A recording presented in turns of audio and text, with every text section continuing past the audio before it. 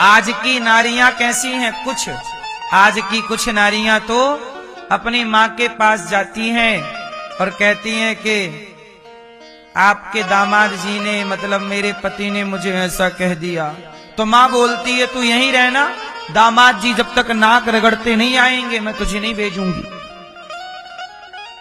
अब पति बोल रहा है सुनो, आई लव यू, आ जाओ। गुस्सा उतर गया, नहीं बोलेंगे कुछ, तुम चली गई नाराज होके। तो फिर बेटी, हाँ हाँ माँ फोन आया, उनका फोन आया, आया, बोल दे हम नहीं आएंगी, आओ। ले भैया, माँ पढ़ा रही है पाठ उल्टा, कह रही है तू बात ही मत कर। अब बात ही नहीं हो रही। माँ कहती है, लड़की की माँ के दामाद जी जब तक नाक ना रगड़े। सोचो, जिस दामाद को कन्यादान किया है उससे कहती है नाक रगड़ो। और माँ की गलती तो है, लेकिन उस पत्नी की कितनी बड़ी गलती है। मेरी माँ, जब आप लड़की होती हैं तो आप लड़की होती हैं, किसी पिता की बेटी होती हैं, किसी माँ की बेटी होती हैं। पर जब आपका विवाह हो जाता है तो आप किसी की पत्नी हो जाती हैं। और पत्नी का धर्म है कि वो सदा पति का सम्मान करे, पति भी नारी का सम्मान करे। और आप अपने पति को अपने मायके में लाके जलील करा रही हैं, नाक रगड़वा रही हैं। इससे आपके पति का सम्मान हुआ कि अपमान?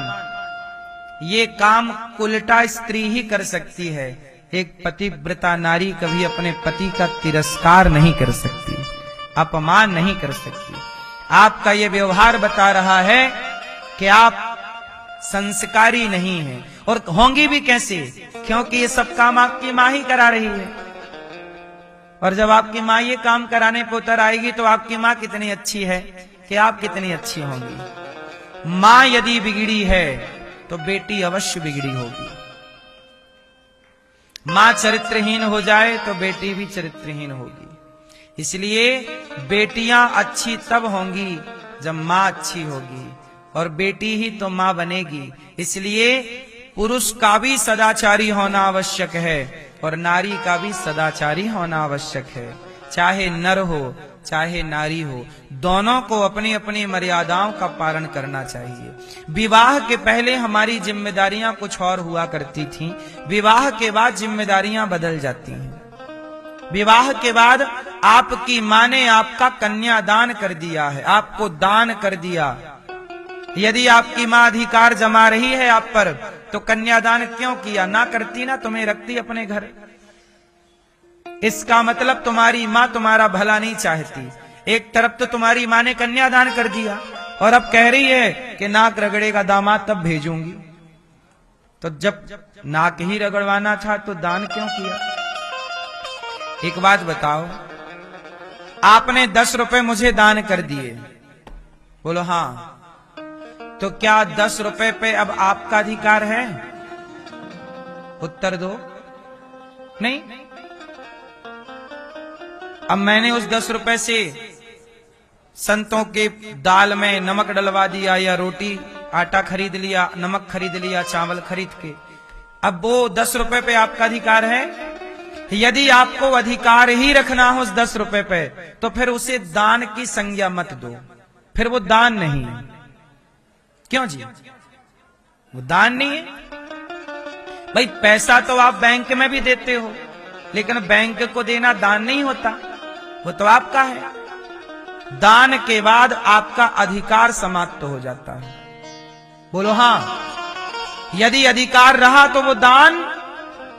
इसका मतलब आप अपनी बेटी पर, हाँ, बेटी का साथ दो।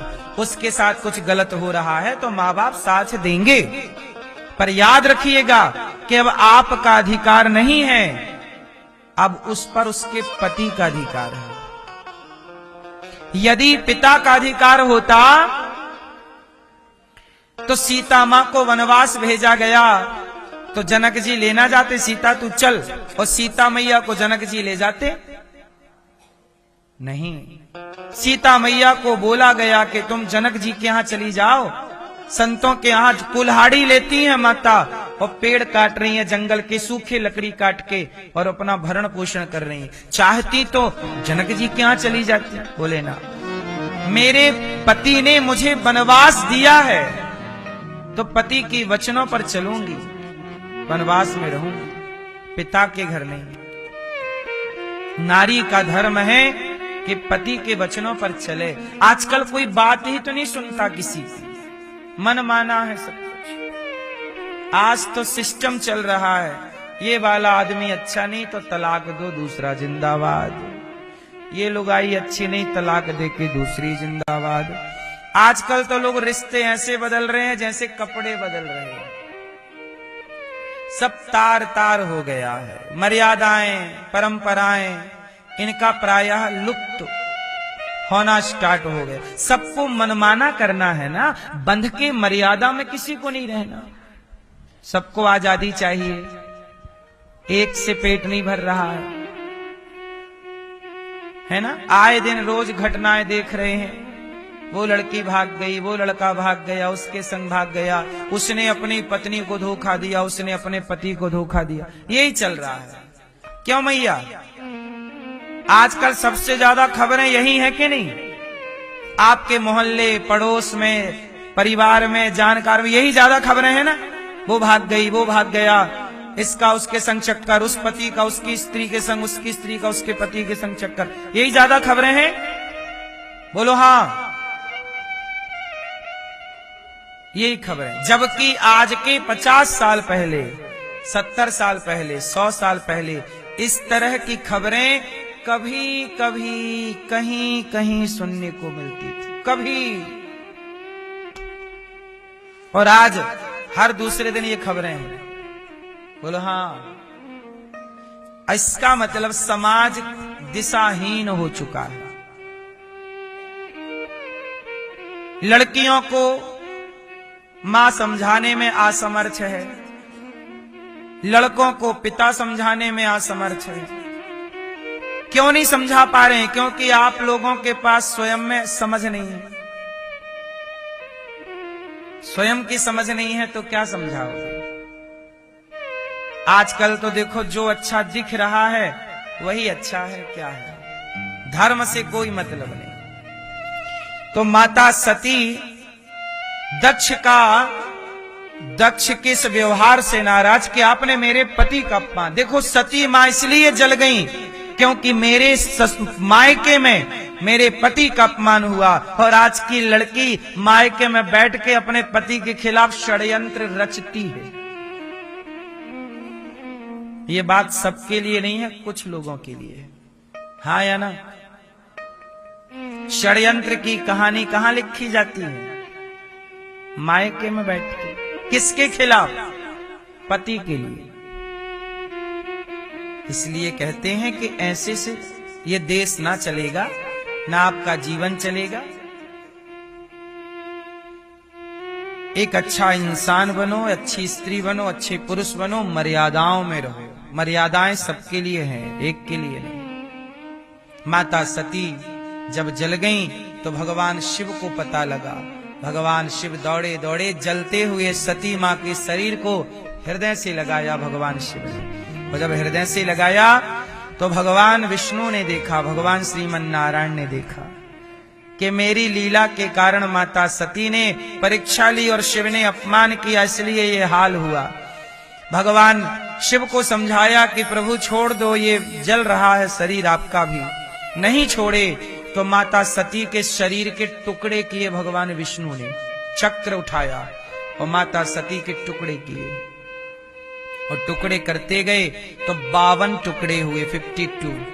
और जहां जहां एक टुकड़ा गिरा वह एक एक शक्ति पीठ बनती चली गई। क्या बन गई? आज भी हमारे देश में शक्तिपीठ 51 शक्तिपीठ। एक बंटवारे के टाइम पाकिस्तान चली गई, क्योंकि पाकिस्तान भी भारत का ही हिस्सा हुआ करता था, तो हिंगला शक्तिपीठ पाकिस्तान चली गई। अब वहां क्या स्थिति है भगवान जाने। तो भगवान शिव का क्रोध शांत हुआ, दक्ष का सिर काट के और स्वाहा किया, बाद में बकरे का सिर जोड़ा और दक्ष ने यज्ञ पूरा किया। और वह सती माता अब हिमालय की बेटी बनकर पार्वती बनकर के आई। क्या बनी? पार्वती मैया बनी। और जब पार्वती बनी तो पार्वती जी का विवाह हिमालय जी ने, माता पार्वती ने बिल्व पत्र खाके 10,000 वर्षों तक तपस्या की। जब भगवान शंकर को पता लगा कि पार्वती मुझे पति रूप में वर्ण करना चाहती हैं, अच्छा, सती मां के जाने के बाद शिवजी ध्यान में चले गए, समाधि। तब तारकासुर पैदा हो गया। तारकासुर ने ब्रह्मा जी से वरदान मांग लिया कि हम मरें तो शिव के पुत्र से मरें।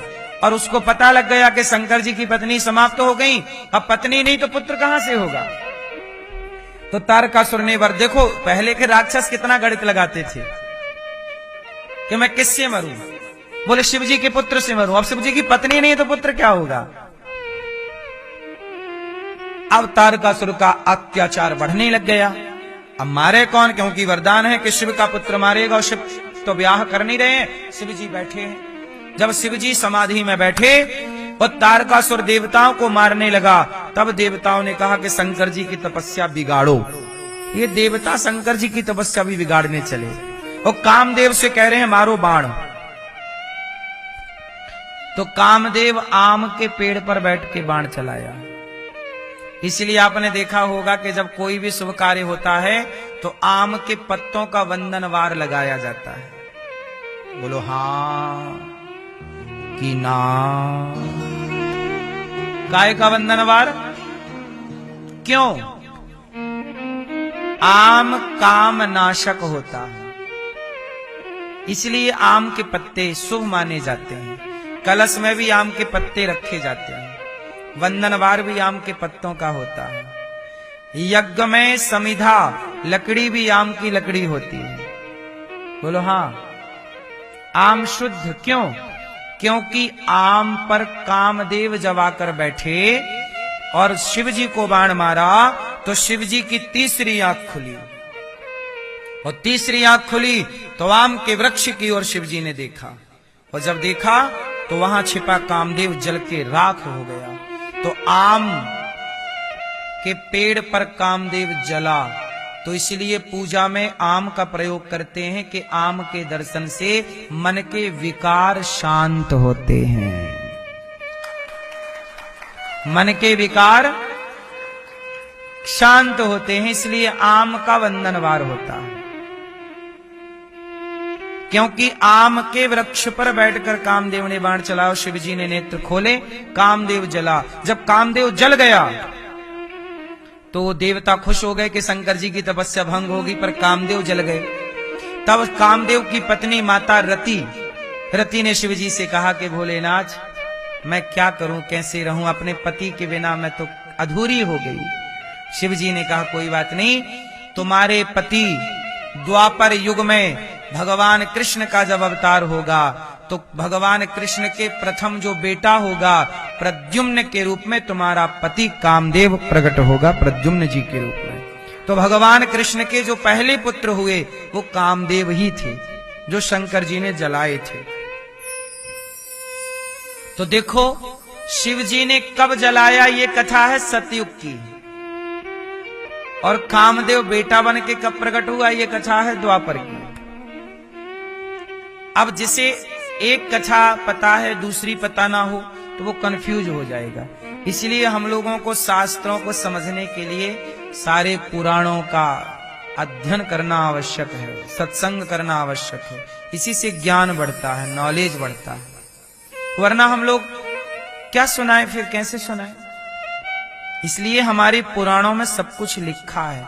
आप लोगों को टाइम मिला करे तो आप भी थोड़ा पढ़ा करो। कभी रामायण पढ़ लिया, कभी गीता पढ़ ली, कभी महाभारत पढ़ लिया, कभी कुछ पुराण पढ़ लिए, कुछ ना कुछ सीखने को मिलता रहेगा। स्वाध्याय जरूरी है, पढ़ना। आजकल लोग पढ़ते नहीं है, मोबाइल चलाते हैं। पढ़ा करो थोड़ा।